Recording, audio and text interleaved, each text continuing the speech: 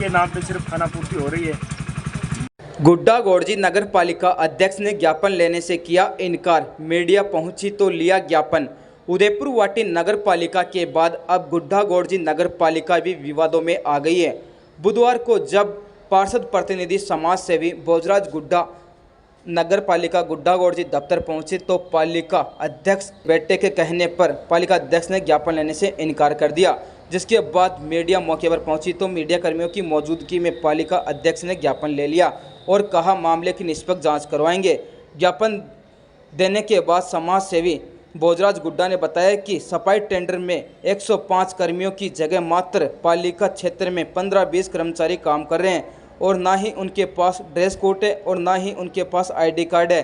सफाई टेंडर में घोटाला किया जा रहा है, जिसकी निष्पक्ष जांच करवाने की मांग को लेकर पालिका अध्यक्ष को ज्ञापन सौंपा है, जिस पर पालिका अध्यक्ष ने कहा है कि उच्च अधिकारियों के मार्गदर्शन में मामले को जांच करवाई जाएगी।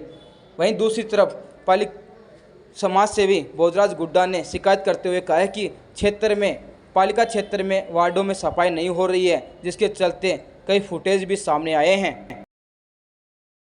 मैं यहाँ पे नगर पालिका में आया हूँ। यहाँ पे चेयरमैन साहब को जो सफाई टेंडर है उनके बारे में लिखित में शिकायत दे रहा हूँ कि यहाँ पे ना मात्र 10-12 आदमी लोग काम कर रहे हैं और वार्डों के अंदर भी सफाई नहीं हो रही है। आज भी मैंने वहाँ पे दिखाया था, कई फोटोए हैं, यहाँ पे बिल्कुल भी सफाई कार्य नहीं हो रहा है और मात्र 10 लोग 85 लाख रुपए का टेंडर है और 105 लोग काम करने चाहिए, मगर आज भी 10 लोग केवल काम कर रहे हैं और उनके भारी भरकम रकम उठाई जा रही है। तो मैंने इस संबंध में ना चेयरमैन साहब के पास आया हूँ ये ज्ञापन देने, और चेयरमैन साहब ना ज्ञापन ही नहीं ले रहे हैं, ये शिकायत भी नहीं ले रहे हैं हमारी। तो मैं ये चाहता हूँ कि ये टेंडर है ये निरस्त किया जाए। मैं गाँव का नागरिक हूँ और एक पार्षद भी हैं हम, तो इस नाते हम ये सफाई व्यवस्था के जो अनियमितीकरण और ये जो घोटाला चल रहा है इसके बाबत चेयरमैन साहब के पास आइए, मगर चेयरमैन साहब है ना ये ज्ञापन नहीं ले रहे हैं और ना ही ये शिकायत पे कोई कार्रवाई कर रहे हैं। तो मेरा यही अनुरोध है, जो भी है कलेक्टर वगैरह कोई भी है तो ये इस विषय पे गंभीरता से ध्यान दें। यहाँ पे नगर पालिका में बहुत ज़्यादा भ्रष्टाचार चल रहा है।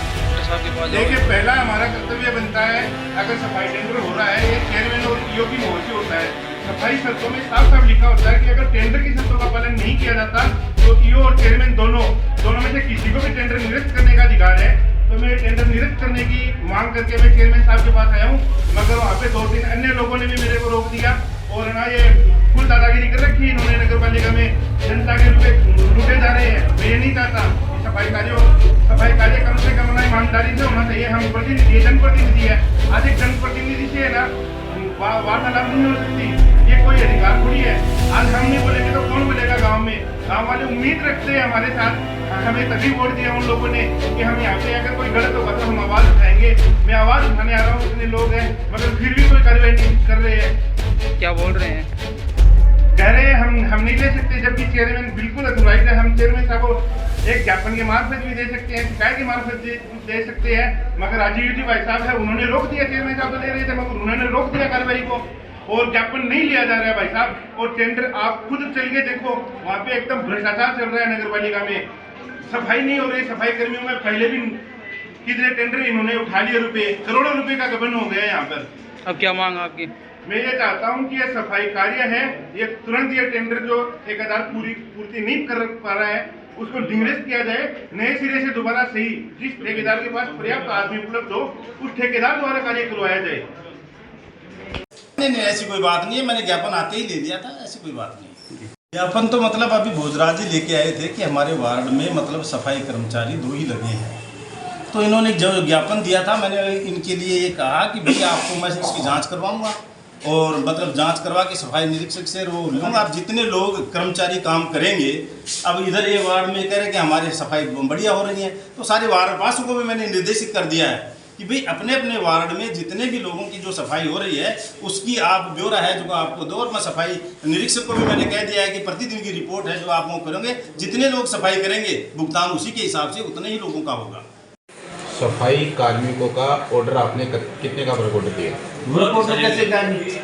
ये तो जो है वहाँ फाइल के अंदर मतलब जितने लोगों का है वो टेंडर हुआ है, जिसने टेंडर किया है कितने लोगों का है सर? आप भी जानकारी आप नहीं मतलब जो सफाई आप चेयरमैन है। हाँ। आपकी जानकारी में तो होना चाहिए ना कितने लोगों का टेंडर हुआ है क्या है? नहीं टेंडर तो मतलब है तो 105 लोगों का ही मौके पर प्रॉपर काम नहीं, करते ऐसा हैं। नहीं। बट ये जो काम है, ये जो नाला है 15 साल हो गए इसकी और कोई देख रेख नहीं है। हमने 4-5 बार अवगत भी करवा दिया, चेयरमैन से भी कह दिया और बाकी पूर्व में जो सरपंच थे उनसे भी हमने कहा है इसका कोई समाधान नहीं है। केवल इसकी सफाई होती है और वो सफाई भी न के बराबर होती है। एक दिन होती है तो दूसरे दिन वैसा का वैसा ही मिलता है।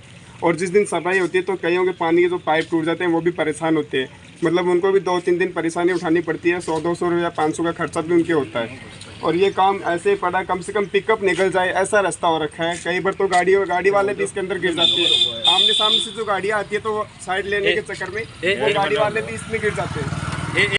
आपके सामने आदमी करेगा ना तो सफाई होती है। सफाई के नाम पे सिर्फ खाना पूर्ति हो रही है।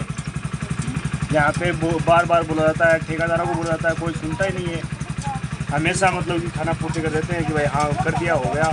नाली में आते हैं, एक थैली निकाल दिया, नहीं निकाला वापस रख लिए चले गए सारी। और काम करने वाले सारे एक जैसे हो गए।